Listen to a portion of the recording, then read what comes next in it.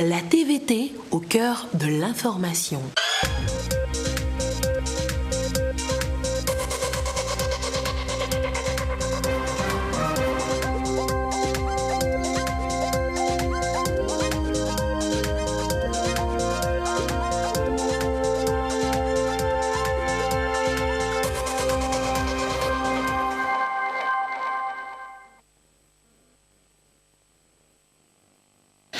Les organisations non gouvernementales ONG présentes au Togo, combien sont-elles réellement? Combien interviennent activement sur le terrain et dans quel domaine précis? Le gouvernement veut établir une cartographie de tous ces acteurs qui œuvrent à ses côtés pour le développement. La revue de leur activité à Kara dans un instant. À suivre également la conférence publique sur le choix des formations professionnelles après le Bac 2. Beaucoup d'étudiants sont confrontés au choix des formations pour une vie épanouie. Et en fin d'édition, nous allons revenir sur les engagements pris à New York pour une lutte efficace contre les changements climatiques cette semaine. Voilà pour le sommaire. Où que vous soyez sur la planète, vous êtes en direct sur la télévision togolaise. Bonsoir et bienvenue aux 20h de ce dimanche. Direction Kara, les responsables du ministère en charge de la planification et du développement vont à la rencontre des organisations non gouvernementales. C'est à travers une campagne nationale d'actualisation du fichier des ONG présentes sur le terrain. Il sera aussi question de passer en revue les activités menées en faveur du développement sur la période 2014-2018 et mesurer ainsi leur impact réel sur la population. Nestor Mouzou, précision. Selon le ministère de la Planification du Développement et de la Coopération, le Togo compte près de 1000 organisations non gouvernementales réparties dans les régions économiques. Certaines de ces organisations de la société civile ont signé des accords programmes avec le gouvernement et d'autres pas. Mais toutes s'assignent comme mission d'œuvrer aux côtés du gouvernement pour l'amélioration des conditions de vie des populations et pour un développement durable. Entre 2014 et 2018, quelles activités ont-elles réalisées et quel impact ces activités ont sur le développement? La question est au cœur d'une tournée entreprise par le ministère de la Planification du Développement et de la Coopération. Ce département voudrait faire en sorte que désormais les ONG soient orientées dans la mise en œuvre de la politique de développement du gouvernement. Lorsque vous prenez le PND, tous les domaines sont couverts. Lorsque nous regardons ce que les ONG font, elles sont également dans tous les domaines. Mais faire en sorte qu'elles fassent mieux, voilà l'objectif que nous poursuivons. Faire en sorte qu'elles suivent les orientations du PND, voilà ce que nous voulons. Prenons un exemple. Une ONG A qui va mobiliser des milliards pour venir construire des chapelles, des églises dans nos villages, dans les villages dans lesquels il n'y a pas de l'eau, dans les villages dans lesquels l'agriculture pose problème. On peut demander à ces ONG-là que la foi, la religion, oui, mais l'éducation, l'instruction, la santé, l'eau potable, c'est important. Donc, mobiliser des milliards pour ne construire que des chapelles, ça pose problème. Donc, c'est tout cela qu'on essaie de travailler pour que le PND soit suivi dans ce qui est prévu dedans. À l'issue de la revue, il sera établi la cartographie des ONG en termes d'action et de déploiement spatial et les données actualisées sur la nature et les actions de chaque ONG seront disponibles. Une analyse des points faibles et forts des actions de ces ONG sera aussi faite. L'évaluation des rapports financiers des ONG sera également réalisée ainsi que les perspectives de mobilisation des ressources financières. Je vous remercie. Gestion et contrôle de la chose publique. Depuis le 15 septembre 1972, il a été institué au Togo l'inspection générale d'État, un organe de contrôle administratif des finances publiques. Le gouvernement vient de doter l'organe d'attributions essentielles pour la sécurisation des biens de l'État et la promotion de la bonne gouvernance. Karine Olanlo, reportage.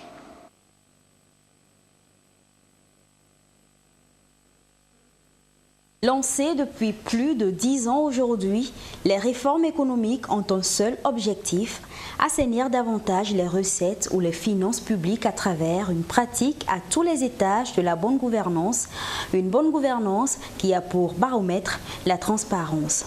Et c'est effectivement cette transparence que veut l'État l'État du Togo en dotant désormais l'inspection générale d'État de pouvoirs exécutifs la semaine dernière. Une décision prise en Conseil des ministres qui confère à cette institution véritable gendarme désormais derrière les acteurs financiers publics appelés à canaliser les recettes publiques vers le trésor du Togo à l'heure où les aides publiques se font de plus en plus rares. Instituée depuis le 15 septembre 1972, l'Inspection générale d'État IGE est un organe de contrôle administratif des finances publiques. Avec le nouveau décret pris en Conseil des ministres la semaine dernière, décret portant attribution, organisation et fonctionnement de l'Inspection générale d'État IGE, le plaçant sous l'autorité du président de la République du Togo, c'est un nouveau pouvoir renforcé qu'il est investi afin de mener une mission générale et permanente de contrôle, d'audit, d'enquête, d'évaluation et surtout de promotion de la bonne gouvernance, aujourd'hui incontournable dans tout projet de développement économique. En dotant donc l'IGE toutes les attributions et compétences, le gouvernement togolais prend en compte les nouvelles normes et les bonnes pratiques communautaires et internationales en matière de contrôle et d'audit selon le Conseil des ministres. Il faut le rappeler aussi, ce décret permet par ailleurs de préciser les champs de compétences de l'Inspection générale d'État par rapport aux autres organismes de contrôle comme la Cour des comptes. Bref, l'IGE vient compléter le dispositif institutionnel en matière de contrôle de la gestion des finances publiques du Togo. Après l'obtention du bac 2, plusieurs élèves et même des parents sont souvent confrontés à un problème lié au choix des formations pour une meilleure vie professionnelle. Hier, une conférence publique à l'initiative du collectif des jeunes pour le développement a planché sur le sujet. De nouveaux bacheliers y ont pris part. Trinité Kekelem, Yata Aratem.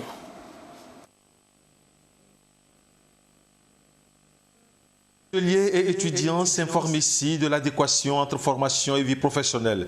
Une rencontre pour découvrir les domaines d'activité les plus prometteurs en vue de leur implication dans le développement du pays.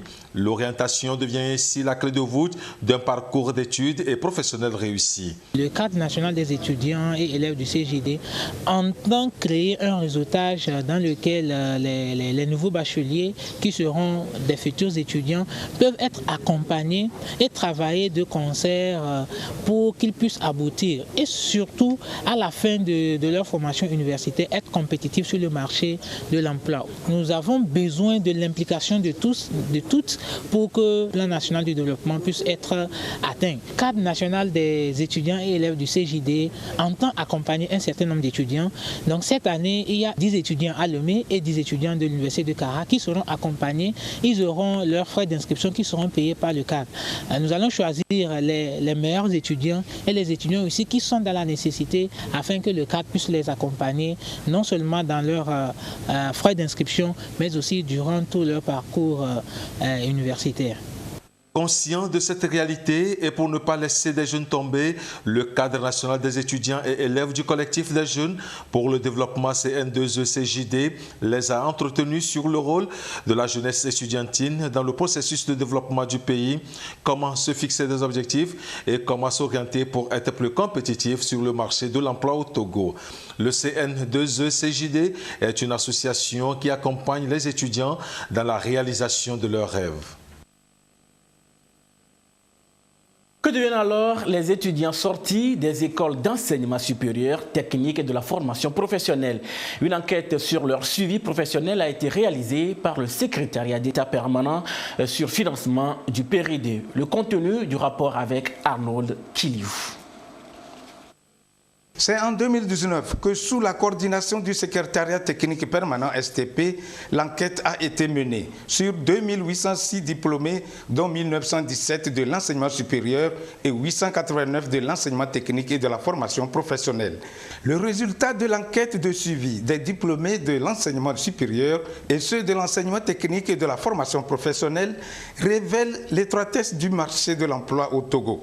Cette enquête a également montré que ces sortants de l'enseignement supérieur et de l'enseignement technique n'ont pas les mêmes chances d'insertion sur le marché de l'emploi selon leur niveau d'études, leur diplôme et qualification, ainsi que selon le genre et le handicap. Les résultats que nous avons par rapport à cette deuxième enquête montrent une amélioration par rapport à ce qui a été constaté au niveau de la première enquête. Il y a encore beaucoup d'efforts à faire puisque les résultats nous montrent que les apprenants qui sont des filières des lettres et sciences humaines sont toujours les plus nombreux à être confrontés au problème de chômage. Et puis quelques filières également que nous avons identifiées et on croyait que ces filières étaient des filières porteuses, mais se révèlent être en fin de compte des filières qui ne sont pas vraiment recherchées sur le marché. Et les apprenants de ces filières sont confrontés à des difficultés, notamment les filières de secrétariat de direction, donc assistants de direction, les filières de communication, ce qui est tout à fait étonnant, mais bon, c'est ce que l'étude a révélé. Le résultat de l'étude recommande, entre autres, que l'État renouvelle le matériel dans les filières industrielles et qu'une conférence annuelle sur l'orientation dans le supérieur et l'enseignement technique soit organisée. Les autres recommandations vont à l'endroit des écoles de BTS et aux techniciens des ministères, ainsi qu'à la commission éducation à l'Assemblée nationale. Et au ministère des enseignements primaires et secondaires, 2 études ont été commanditées. C'est pour un diagnostic du système d'enseignement afin d'améliorer davantage les pratiques de classe. Qu'appelle-t-on alors pratiques de classe? Désiré Aloy nous en parle. Les enseignements de classe toujours renforcés au Togo pour maintenir une éducation de qualité. Une opportunité encore de mise à de maintenir la courbe.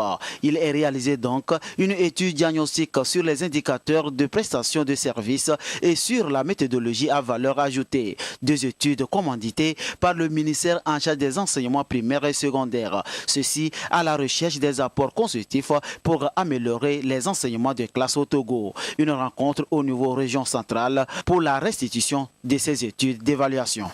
2 études qui portent sur l'évaluation des enseignants en situation de classe et l'évaluation des apprentissages. Donc ces 2 études ont été menées ces 2 dernières années scolaires et qui permettront de jauger dans nos systèmes éducatifs en ce qui concerne l'apprentissage des élèves et également les pratiques enseignantes qui se font dans nos différentes écoles du pays. Et les études ont été basées sur des méthodologies à valeur ajoutée pour l'étude des apprentissages des élèves et pour l'évaluation des enseignants en situation de classe.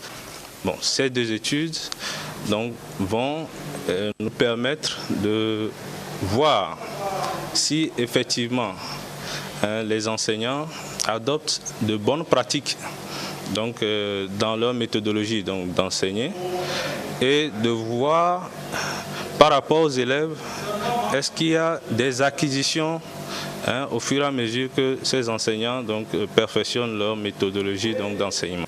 Une étude d'évaluation arrivée à son terme grâce à PERI 2, soutenue par la Banque mondiale. Les résultats partagés entre acteurs et partenaires de l'éducation au niveau déconcentré permettra une analyse profonde des thématiques abordées en vue d'améliorer le rapport. Une diffusion en somme des résultats qui vont avoir un impact positif sur les pratiques de classe, renforçant ainsi la qualité des enseignements, système de plus en plus compétitif à l'échelle internationale.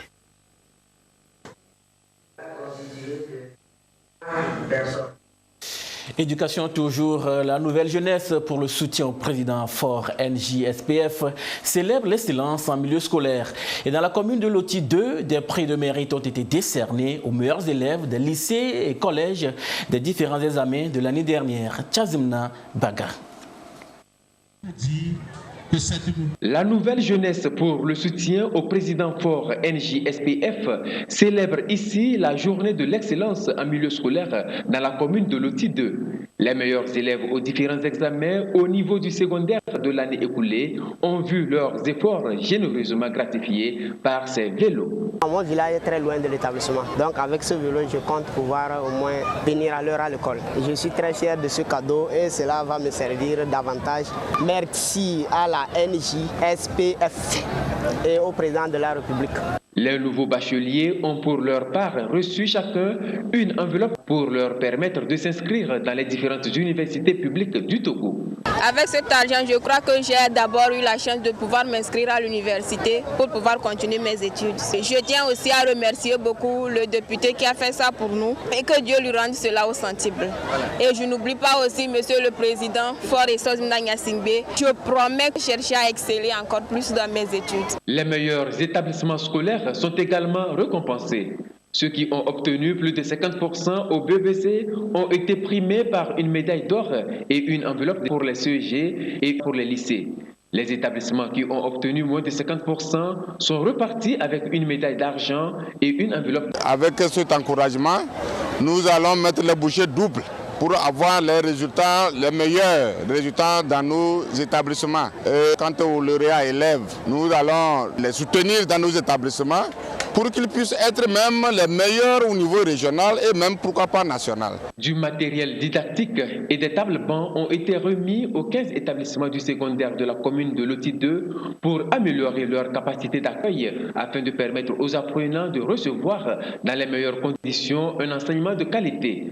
C'est dire combien pour cette deuxième édition de la journée de l'excellence en milieu scolaire, la nouvelle jeunesse pour le soutien au président Faure est allée très fort dans sa quête permanente de l'excellence. Tout s'est pris pour mettre nos petits frères et nos enfants dans de très bonnes conditions de travail scolaire afin que nous puissions avoir les résultats escomptés et surtout avoir l'excellence que nous cultivons et nous cherchons chaque jour que Dieu fait.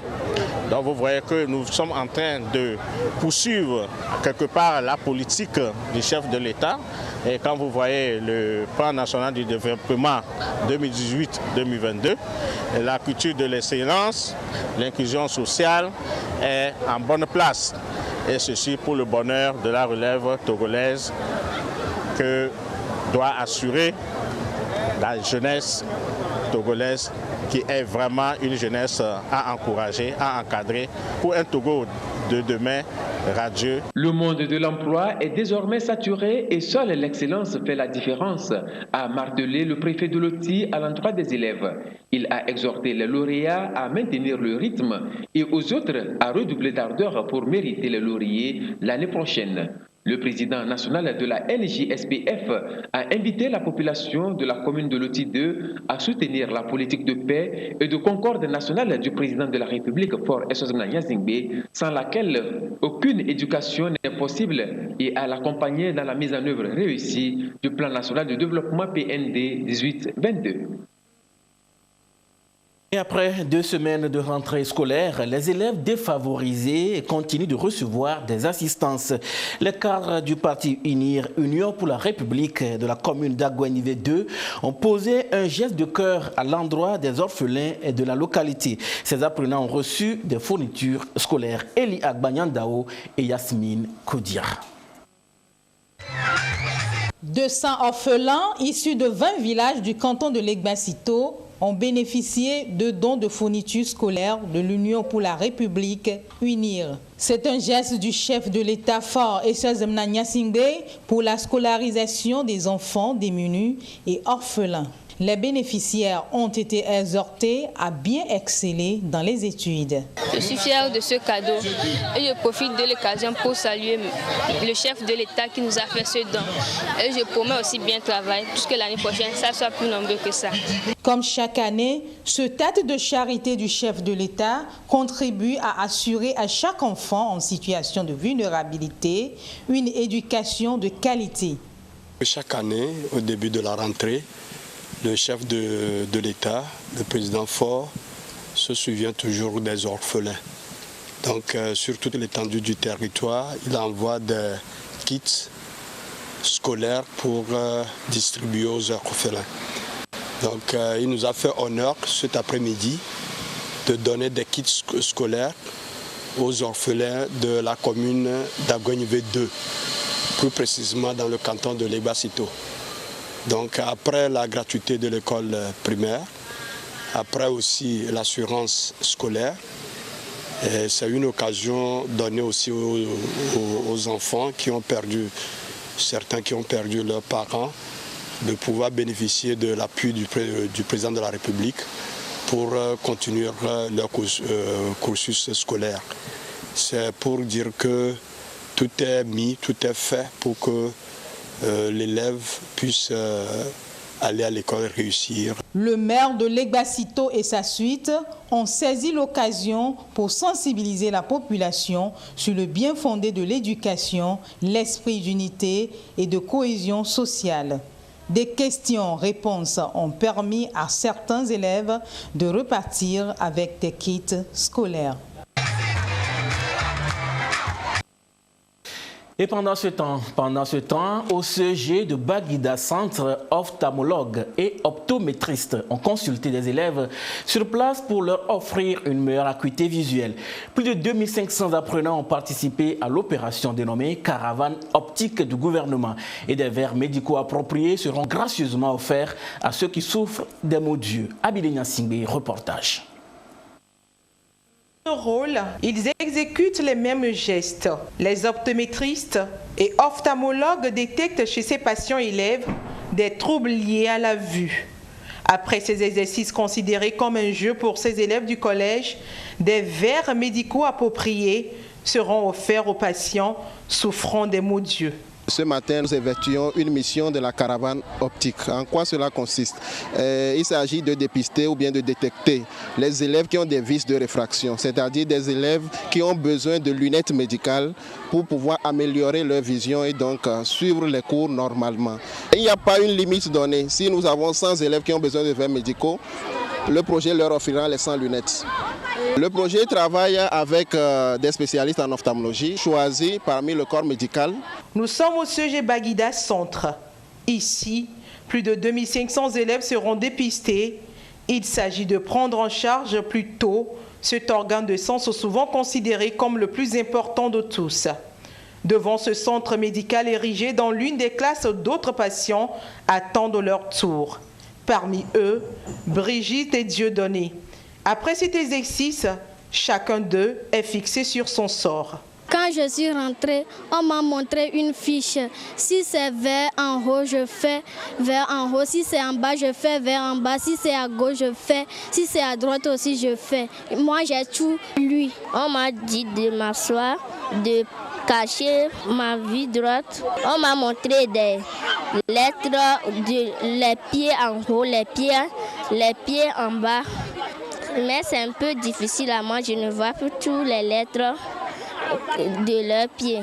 Le projet Caravane optique vise à soulager un tant soit peu les difficultés rencontrées par ces élèves qui souffrent des maux d'yeux pendant les cours.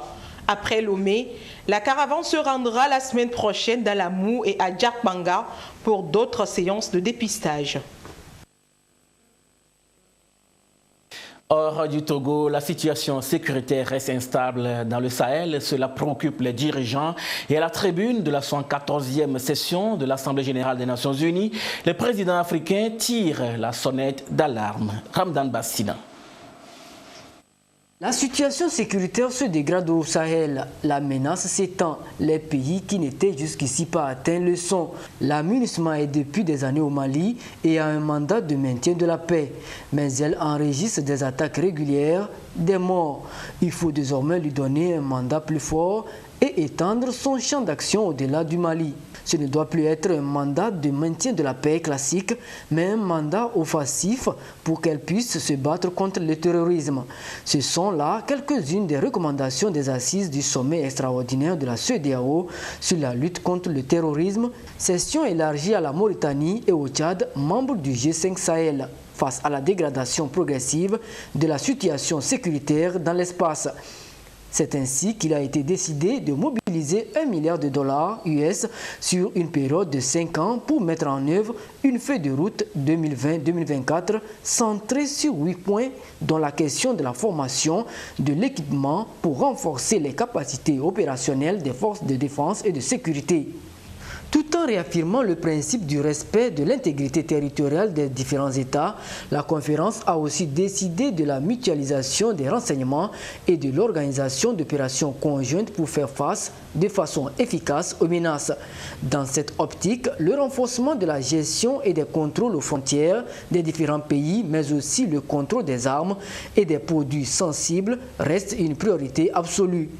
La lutte contre le financement du terrorisme, en particulier la lutte contre le trafic de drogue, la promotion de la communication pour renforcer le dialogue intercommunautaire ont été relevés avec force par la conférence. Les participants ont aussi salué le partenariat pour la stabilité et la sécurité dans le Sahel, initié lors du sommet du G7 à Biarritz. 10 jours après le sommet extraordinaire de la CEDEAO à Ouagadougou, devant l'Assemblée générale de l'ONU, le président burkinabé Roch Marc Christian Kaboré, en tant que président en exercice du G5 Sahel, est revenu sur les attentes des chefs d'État ouest-africains. Ceux-ci se tournent désormais une nouvelle fois vers l'ONU pour obtenir une sanctuarisation du budget du G5 Sahel en le plaçant sous le chapitre 7 de la Charte des Nations Unies consacrée aux actions en cas de menace contre la paix. Il est donc nécessaire de renforcer les capacités des États concernés, appuyer leurs armées en matériel aérien et en hommes. Accroître aussi la coopération policière, notamment le partage de renseignements, la mutualisation des moyens et insister sur le développement des zones touchées. Notre planète va mal, elle souffre, nous aussi. Il faut agir vite et mieux. Le sommet de l'ONU sur le climat cette semaine à New York a permis aux différents acteurs de s'engager dans une course contre les changements climatiques. Les précisions avec Ekwe Sala. Les changements climatiques se font ressentir partout dans le monde avec des conséquences tout à fait réelles sur la vie des populations. Ils perturbent les économies des pays, nous coûtent cher aujourd'hui et nous coûteront encore plus cher demain. Le moment est venu d'agir et il est encore temps de s'y attaquer pour des économies plus propres et plus résilientes. Les pays doivent impérativement renforcer leur stratégie pour atteindre les objectifs fixés dans le cadre de l'accord de Paris et rehausser leur ambition pour lutter contre le changement climatique en vue de limiter la hausse du réchauffement climatique à un niveau largement inférieur à 2 degrés Celsius. À New York, le sommet sur le climat tenu le 23 septembre dernier a échangé sur les évolutions climatiques et revenu sur l'accord de Paris. Avec plus de 130 États invités, seulement une soixantaine a répondu présent. Ces pays ont annoncé qu'ils adhèrent au principe d'une neutralité carbone d'ici 2050. Ils rejoignent 10 régions, 102 villes dont New York et 93 entreprises qui avaient déjà pris cet engagement. Un objectif fixé par les scientifiques pour contenir le réchauffement dans les limites stipulées par l'accord de Paris de 2015. Et 30 pays adhèrent désormais à une alliance promettant de stopper la construction de centrales à charbon à partir de 2020. À la tribune de l'ONU, plusieurs dirigeants africains ont plaidé pour des actions accélérées dans la mise en œuvre de l'accord de Paris de 2015, demandé de déclarer l'urgence climatique mondiale ainsi qu'une aide financière pour aider à freiner les émissions de gaz à effet de serre. Pour remporter ce combat contre les émissions de gaz à effet de serre, le secrétaire général des Nations Unies, Antonio Guterres, a invité les États du monde entier à New York à établir des plans concrets et réalistes et non pas des discours dans le but d'accélérer la décarbonation de l'économie. Antonio Guterres a également appelé les gouvernements à abaisser leur rejet carboné de 45% d'ici à 2030, à stopper tout nouveau projet de centrale à carbone après 2020 et à mettre fin aux subventions aux énergies fossiles. Tous les pays ne sont pas égaux face au réchauffement climatique. En Afrique et en Asie, où les températures atteignent déjà des sommets, la perspective de voir encore le mercure grimper est alarmante. Au cœur des villes, souvent ultra bétonnées et peuplées, où elles devraient accueillir 70% des populations d'ici 2050, la situation est encore pire. Et face au réchauffement climatique, Et pour faire baisser la température des villes, réduire les frais de climatisation et les eaux de ruissellement, mieux filtrer la poussière et les polluants, l'ONU lance un plan de développement des forêts urbaines dans une trentaine de pays en Afrique et en Asie d'ici à 2030.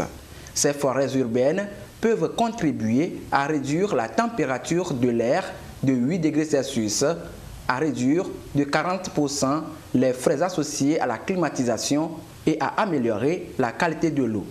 Cette initiative, baptisée Une grande muraille verte pour les villes, allie prévention des risques liés au changement climatique et bien-être des citoyens. Voilà, ce sera tout pour aujourd'hui. Merci de nous avoir suivis. Restez avec nous sur la TVT La Première et gardez toujours le sourire, quoi qu'il arrive. Excellente nuit à tous.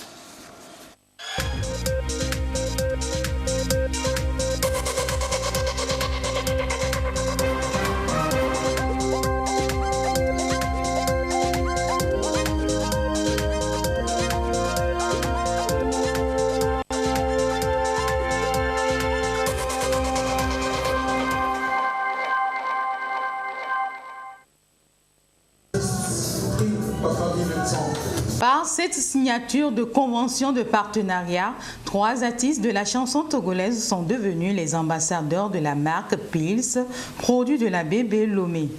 Les Toufane, King Mengsan et Agboti Yao Mawena, ces nouveaux ambassadeurs, vont porter haut les couleurs de marque Pils dans la sous-région et dans le monde.